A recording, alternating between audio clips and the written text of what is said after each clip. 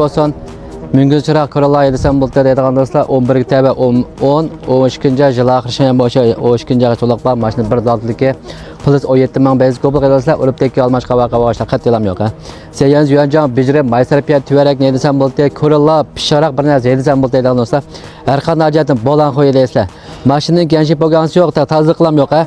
Gençlik bo'lgan jallaqlab yo'q sepirma. O 7 ming bez kopluq edesler 2010 11 yıl ahir 11 tebe şeyan boşan to'liq ba. Maşın içilerin pakiz. Zodat olsa qo'yib keliblar. Elbette buldu lekin maşındaki qattiq urib teki almaşqa vaqa boşa qat yalam yo'q. Maşındaki motorni ko'rib baqsang bo'ldi.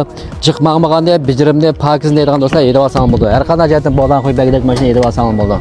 Mashina birda oldilikka Corolla ha.